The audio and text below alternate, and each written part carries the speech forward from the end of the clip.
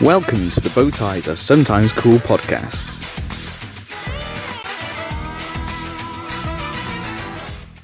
Hello, and welcome to the Bow Ties Are Sometimes Cool podcast with myself, Ed, and my podcast buddy, Ash. Say hello, Ash. Hello.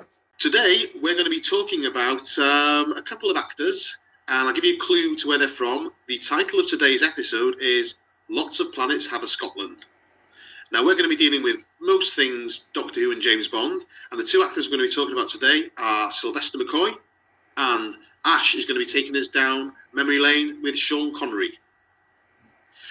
We've chosen Sylvester McCoy because, first of all, I'm doing a run-through of watching all the Doctor Who episodes, and I've just got as far as the McCoy era, and it's really, really fresh in my mind. The McCoy era was very, very special to me growing up, and also, McCoy is Ash's favourite Doctor. Ash, why have we chosen Sean Connery? Well, it seemed only fitting, really, bearing in mind that we were having a talking about a Scot, that we start back at the beginning with James Bond. So we're going back to the beginning of the Eon films and looking at Sean and all of his outing. On with that, then let's talk about Sylvester McCoy, or what's his name, Percy. Hang on, we should look that up actually. Percy Swats. Percy James Patrick Kent Smith. Sorry, Sylvester, I obviously done my homework on you before we started this, clearly. Take it away. Actually, I'll tell you what, I'll start. Thinking about it, I remember that when I was little, I used to go around the house in a dressing gown, pretending to be Davison, because of the length of his coat and stuff, yeah? So, I suppose that's the Doctor you could say was my first Doctor that I kind of have a recollection of. I thought Colin was good. Don't get me wrong. I don't think I appreciated him at the time. I think I just found him at the time. I think I found him a bit harsh, maybe. Maybe I just was too young to get him. But if I watch it back now, I kind of get it, because obviously he was sort of more the hard-edge alien type thing, sort of. Yeah. So I kind of get that. But Sylvester McCoy was definitely the Doctor I remember and wanted to go on forever, which was a shame because it only lasted 2 years. It's what? Three was it? Sorry, three. Beg your pardon. 3. It's okay. Oh, so when was it? To 80s? So 80 what then? 80? 87, 88, 89. 3 seasons. Okay. That's probably why I'm thinking 2 in my head. I'm just going 87, 89. I'm doing the maths differently. Yeah. So, 2 years, 3 seasons. Yeah. That's fair enough. Yeah. And he just kind of got better and better. He just got kind of quite dark, though. They kind of made him a bit more mystical, really. And there was lots of things about, I'm father more than just a Time Lord, and then calling him Merlin and things like that. So, are you aware of the Cartmel Master Plan? No.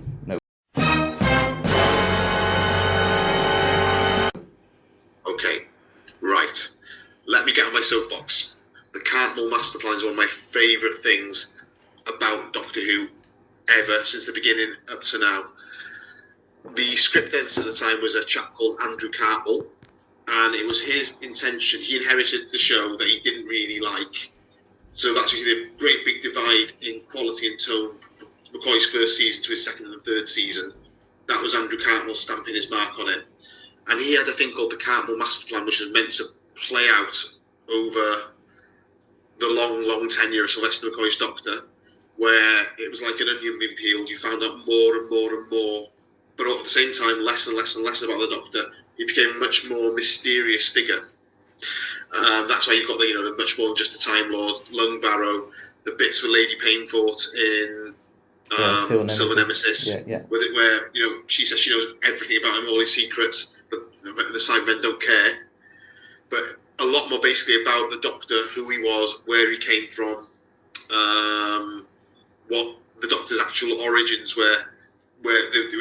So it was Andrew Cartmel, Mark Platt, and Ben Iranovich were the 3 writers who developed this sort of darker, more mysterious character. Unfortunately, the show went off the air before it came to fruition, but it was carried on brilliantly, I think, in the Virgin New Adventures, which were a series of novels which carried on the story of the 7th Doctor and Ace after the end of the series. Then the Doctor got Ace left, the Doctor got new companions like Bernice Summerfield, Chris and Roz, who were basically Judge Dredd sort of characters, who were his companions. But the whole series story arc ended after about 60 books when Virgin lost the license to print Doctor Who books in a story called Lungbarrow. So I'm going to rewind a little bit. Lungbarrow was originally planned to be in McCoy's third season on TV. John Nathan Turner, who was producer at the time, didn't like the idea because basically it gave you the whole of the Doctor's history, his backstory, his family, where he was from. Elements of it were taken and were rewritten into the story Ghostlight, which you've obviously seen. Yeah, sure. The plan was, once you've been through a whole, inverted commas, Carmel master plan, was that you found out that the Doctor was a reincarnation of one of the triumvirate who used to rule Gallifrey in what were called the Dark Times. So you had in the Dark Times, you had the three who ruled. You had Omega, Rassilon, and the other. So the other's the mysterious one. There was sort of a civil war on Gallifrey against the scientists and you may as well say the people with the more sort of religious, magical sort of bent to them. The rationalists won, and the sort of the magical type ones were exiled. But the last thing that the Pythia, who was the leader of that faction, did was cursed the children of Gallifrey to sterility so they could never have children again. So there was no actual real born children on Gallifrey. They were all created from these things called gene looms. So what happened was when the other died, his genetic material was put into one of these looms, and part of it became the Doctor. That's the Carmel master plan. But this was going to be teased out over a long time. That the Doctor, it wasn't one of the founding fathers of Gallifrey, but he was sort of made up of the genetic material of one of the founding fathers of Gallifrey. But Susan, who was William Hartnell's Doctor's granddaughter, was actually the other's granddaughter, and she recognised that in the Doctor and called him grandfather. And she was the last natural-born child on Gallifrey. I mean, to be fair, Ed, that's pretty complicated stuff.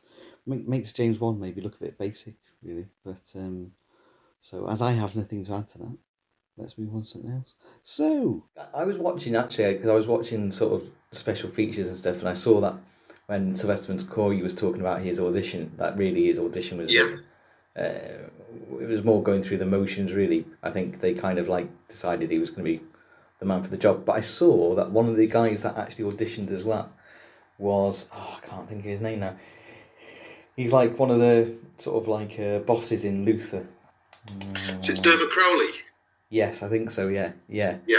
I don't know. The trouble is, once you've seen someone who's something else, it's hard to reflect on and think whether it would work. If you know what I mean. I'm not sure. Yeah. I'm not sure it would really. But Sylvester's audition was very much what he went on to play. Really, he didn't tweak it too much. It was just it was just him. Yeah. And his audition piece was the scene he recorded with Bonnie Langford when she left. But the little factoid, if you like a factoid, he actually played it with Janet Fielding, who played Tegan with Peter Davison in his audition.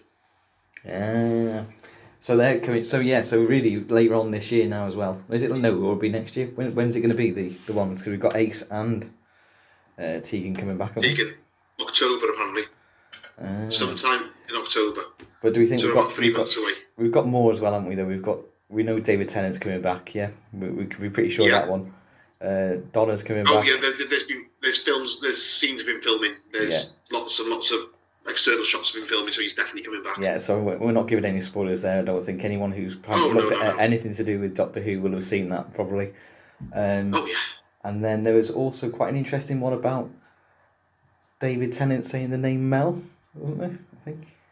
Yeah, it's been obviously the public filming in Bristol the other week.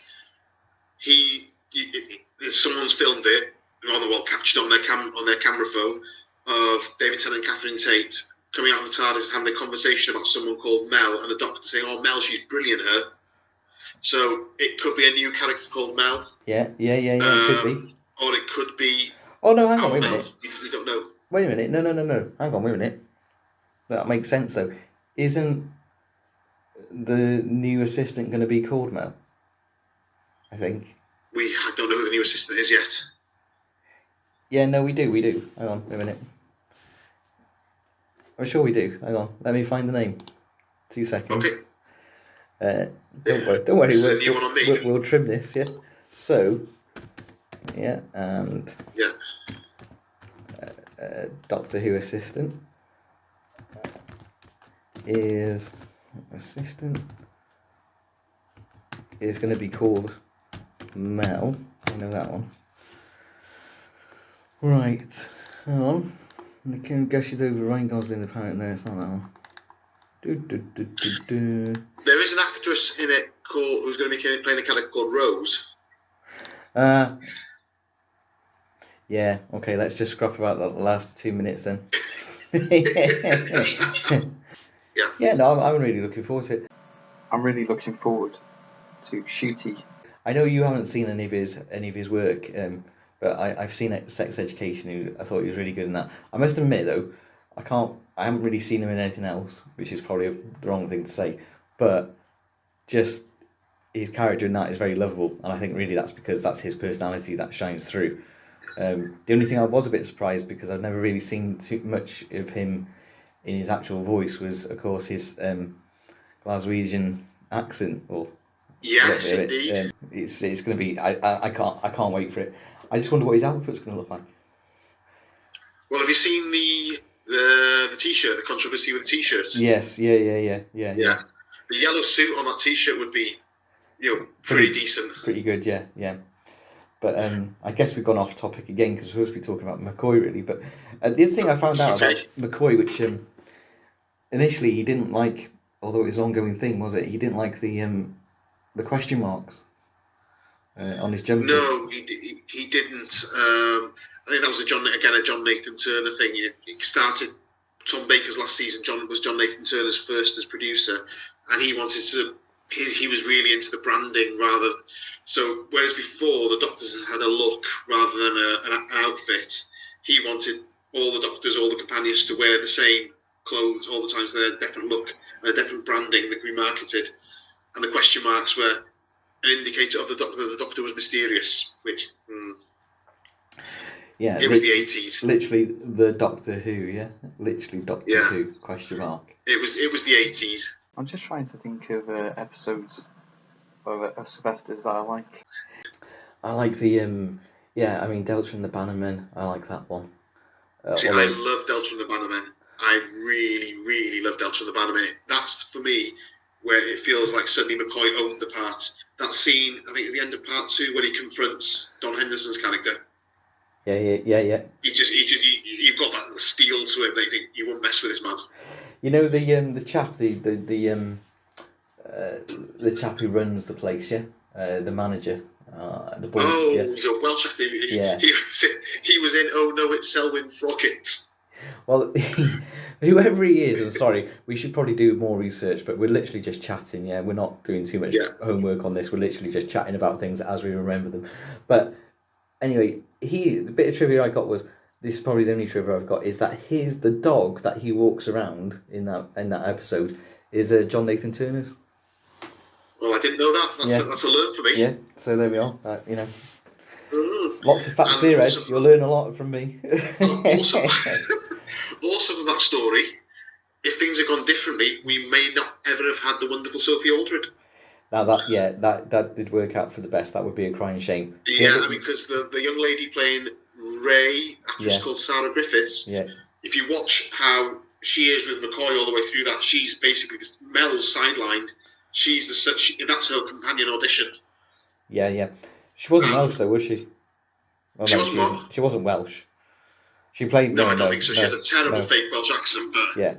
But so maybe she might have struggled to have kept that up for the rest. Then again, Sarah Griffiths that's the actress's name. It sounds Welsh. No, I would no. I'm going to put my neck out there. I'm 100% sure she's not Welsh. And if you are, I apologise. If you're listening to this. She's probably as Welsh as Nicola Bryant was American. Well, yeah.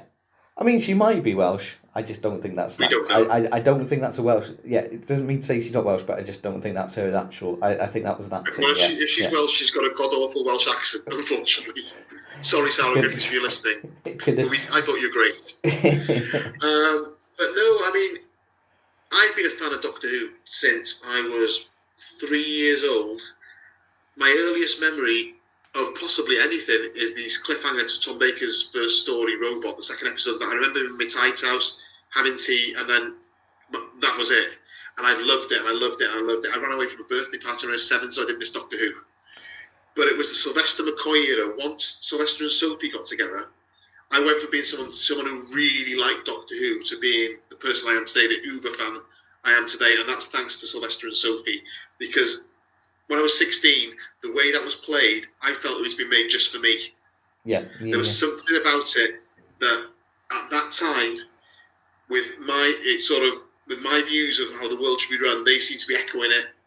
They had that, inclusivity, anti-racist sort of streak running through. There was a lot more, not a lot more, but there was some ethnic diversity in the casting, which we didn't have before. It was. They seemed to have values that I thought, these people, go on. I'm in your corner when you're fighting everything, and it was, that they basically Sylvester and Sophie, season 25 and 26, were one of the building blocks of the person I am today. And I've been completely honest with that. If it wasn't for them, I'd be a different person. Crikey. That's how important. How important the last 2 seasons were to me. Well, if they're listening, well, actually, no, we'll just send it. They will be listening because we'll send them the link. we'll send them the link. Yeah. That's big, Ed. That's big. I think of all the Doctors, McCoy, maybe Colin, even though he's only on screen a very short amount of time, McCoy and Colin have got them, of the classic series at least, have got the best character development of how they develop. McCoy from falling over, getting his words wrong, with the proverbs that were wrong, to this basically godlike figure at the end. It's a massive really superb character progression. And then you get Ace going from who she was, the girl who got swept up in a time storm, to who she was at the very, very end, walking away with wanting to go on and carry on and righting wrongs. Wasn't I'm sure I read somewhere, wasn't Ace supposed to have gone off and become like a trainee Time Lord or something? That was going to be the next season, apparently. I wonder if they'll try and do anything. Well, it doesn't look as if they have. I was going to say, I wonder whether they would try and pan that story out, but it doesn't look like they've done anything like that. No, really. It just looks like Ace has just come back as Ace, but old. But I was going to say older. Sorry, Sophie. We're all getting older. You know what I mean? Yeah. Well, that's a shame. So I think we've rambled on about McCoy for quite long enough. We're going to have a bit of a chat now about a certain Mr. Sean Connery. Well, Thomas Connery. There's a factoid I did not know. Everyone loves Sean Connery. I think my dad and most people of that sort of generation, if you said to him who's the best James Bond, they would say, "Oh, it's Sean Connery, definitely. First, he's the main man, the first one." And obviously I'm giving away future episodes here, but for me it's probably Roger. But I think the thing with Sean is he did two really good. I mean, From Russia with Love I thought was fantastic, and Goldfinger I thought was fantastic. Doctor No, but I guess it's hard because it's the character. It's the first one. But then if we get into like you Only Live Twice and Thunderball and Diamonds Are Forever, I mean, I could never leave them. I'm happy they're there. They're films to watch. But if they weren't there, I wouldn't miss them either. Is kind of what I would say, really. But he did do 2 cracking ones. I mean, From Russia with Love, I think he's the Bond in that one is very lethal. He's very matter of fact, which is I guess what Craig and Dalton did. He's still suave though, but you can tell that there's a deadly side to him, and he's not. He just uses people. I think if you watch it. I think the first 2 films, Doctor No, absolutely finding the character, finding the space. Rush with Love, a lot of people really, really like it. It's very, very hard-edged. But I think in terms of a Bond film, in inverted commas, as we know what a Bond film is, Goldfinger was the first one. It sort of set the template. The bomb sort of music. Yep. You've got the cars. You've got the Bond girl with a stupid name. Yeah, absolutely.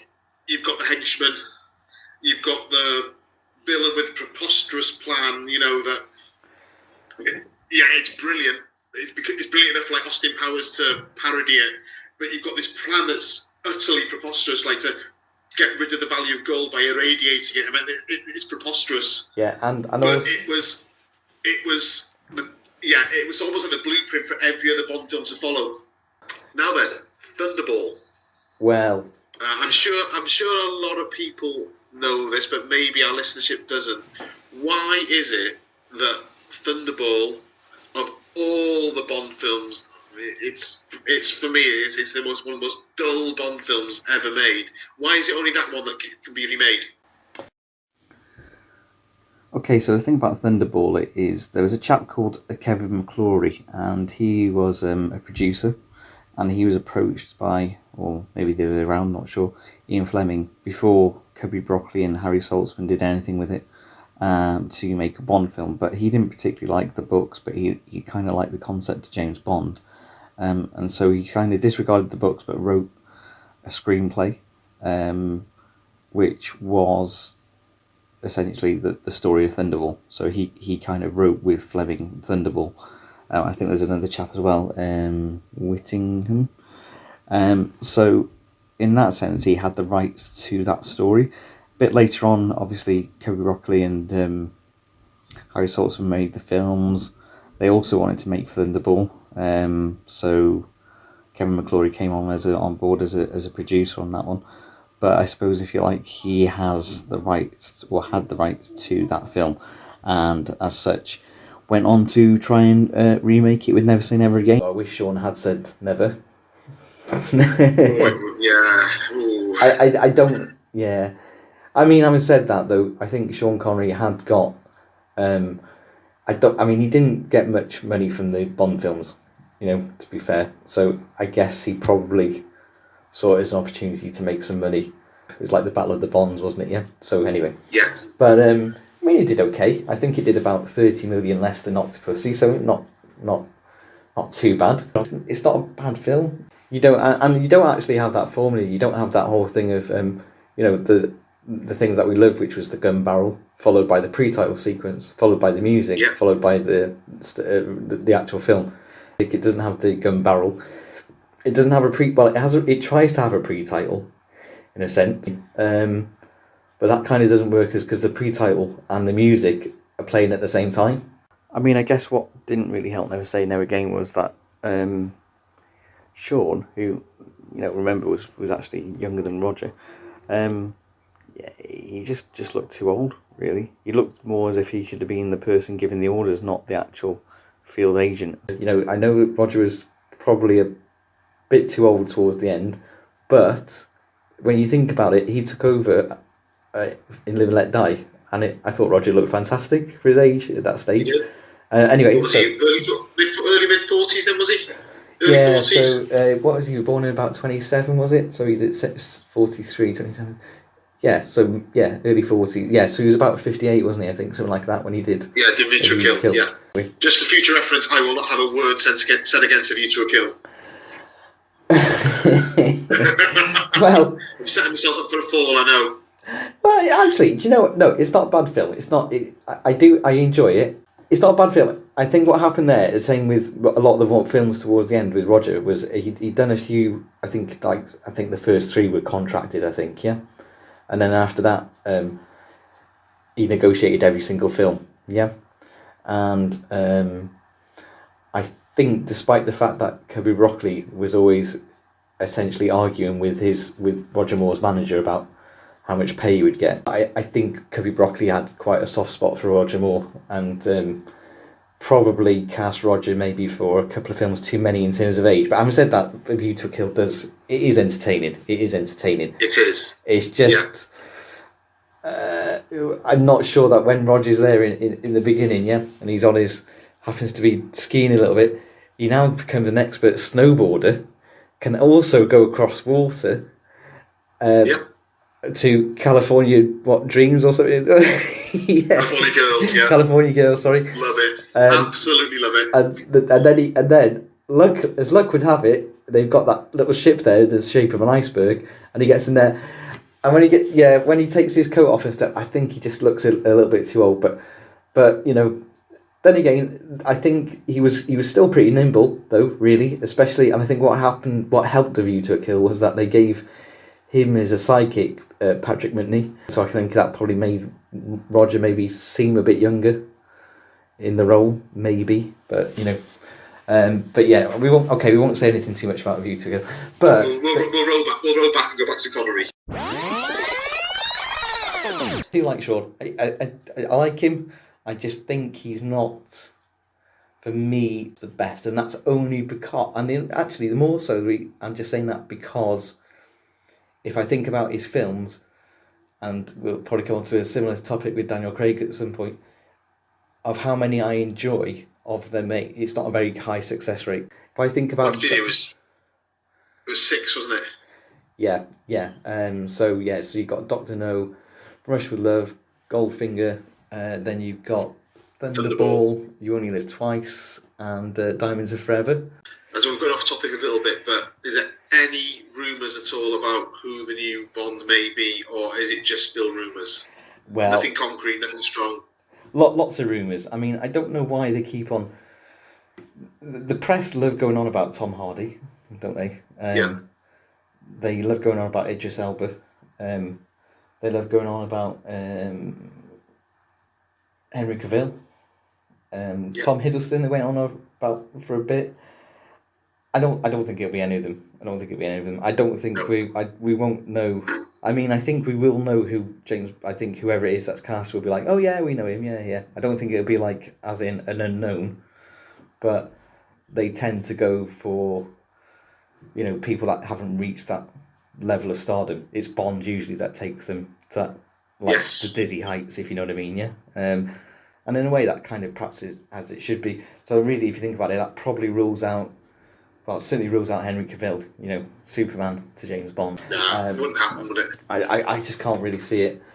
To be honest, there's loads of great actors, isn't there? Really, you know, I watch stuff, I watch dramas and I watch films, and I think, oh, he could be quite a good Bond.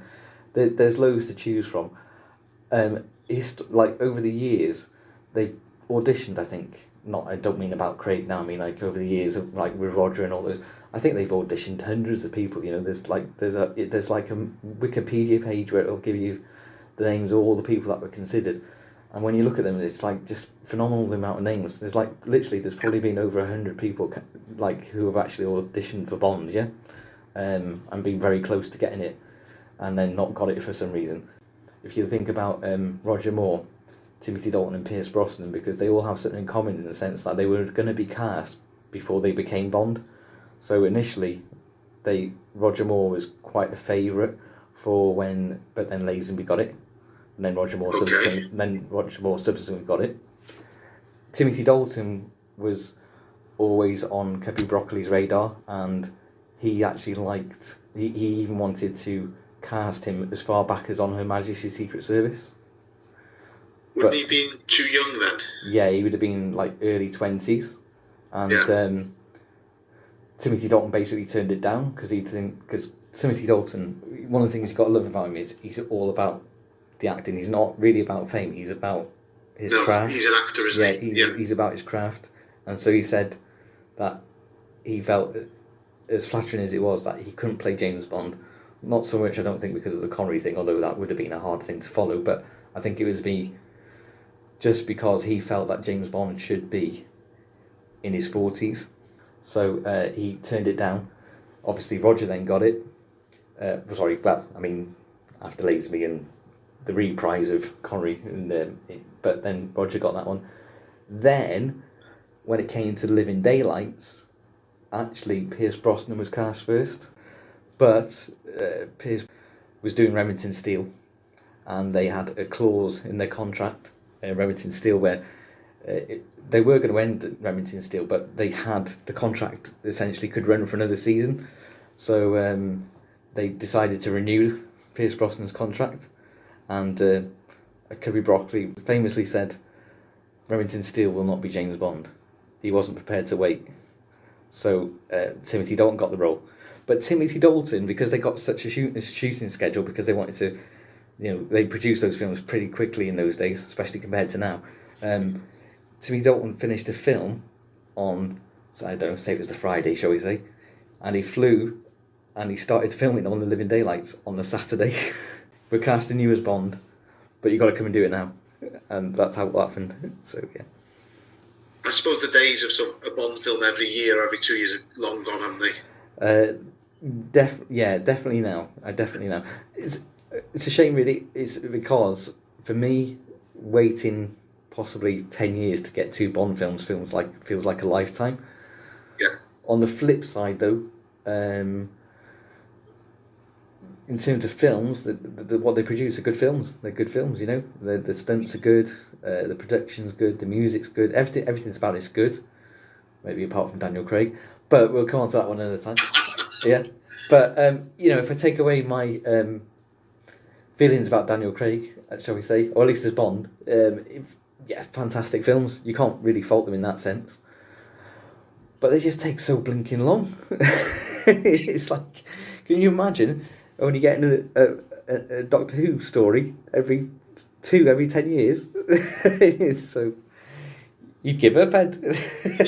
I don't, yeah, probably. Well, I've got Big Finish. They release so much stuff that keep me going. But they've said now, haven't they? Literally in the last week. When we were recording this in July, so who knows when it'll go out. But anyway, they've said in the last week that it's going to be at least 2 years before the production of the next Bond film starts.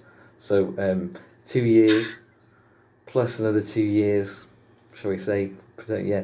So you're probably looking at another 4 to 5 years before we get the next Bond. Yeah. And that's just a long, long time. And No Time to Die was in the can a couple of years before its release, wasn't it? Yeah, so really, you're talking, it'll almost be a decade, because these things don't always go to plan anyway. If they're saying 2 years, that'll probably go longer, and that's going to be like almost a decade between films, which is just a little bit... It's a long time. A little bit bonkers. But they've said they're going to completely reinvent James Bond, which I really don't think they need to do. But there we are. I'm not sure where they're getting at with that one, because the reason that Bond has survived 60 years is because we love James Bond as James Bond. So I don't necessarily think you need to reinvent the wheel. No. Unless... I don't know what they're going to do with it. Really, if I was them, I'd just kind of pick up from just like how it used to be. This is Bond, and this is his mission. It's not specific in terms of time frames or anything like that. I think that would work the best. With Craig, obviously, they've done sort of his own arc, going from big pre-00 agent all the way through to dying. And so those are his films, and I think just set them aside by themselves and then just pick up the next James Bond on his next mission, because I don't really see there's any other way of doing it. I know you kind of had that really nice little theory about how every film could be like, oh, this is, the story, like at the end of No Time to Die, where they say, I want to tell you about James Bond. I forgot I said that. Yeah, like how I want to tell you a story about a man I once knew type thing, James Bond. Yeah. But I just don't think they need to do that. I think just go back and start afresh. I mean, let's be honest, we're kind of pretty used to that now, really, with prequels and so on and so forth, and all these films that are just... And I think anything with a sort of established fandom, you'll have people making fan theories to the end of the world as to how they're all joined up anyway. Yeah. So it doesn't need to be implicitly said. Yeah, just explicitly said, sorry. Yeah, no, just get on with it. So I think probably that kind of probably wraps up the... that wraps up for today. Pilot episode. Yeah. We'll revisit Sean again, I think, in the future, because we probably haven't done him justice, or McCoy. But then again, this was just a bit of a chit chat. This is where we have a plan, but where these things go is another thing altogether. So that was kind of like the first one from Bow Ties Are Sometimes Cool. Oh, actually, do you want to explain why we got that name, Ed? Yes, well, as you know, I absolutely love Doctor Who, apart from one, whose character is an actor called Matt Smith, who played the part, and I think my opinions of him are probably what yours are of Daniel Craig. However, his character wore a bow tie, and one of his catchphrases was, "Bow ties are cool." And I thought to myself, well, Doctor Who wears a bow tie, so does James Bond. This is mainly sort of Doctor Who and James Bond. and yeah, we love them, but we're not blind to their failings. So yeah, they're sometimes cool, and that's where it's come from. So there we are. Well, that's where the ideas come from. Well explained, Ed. Well explained. So that is episode 1, pilot, whatever you want to call it, and we'll see you again next time. So I've been Ed, and this has been Ash. Thank you for listening to Bow Ties Are Sometimes Cool. We will see you again. Bye for now.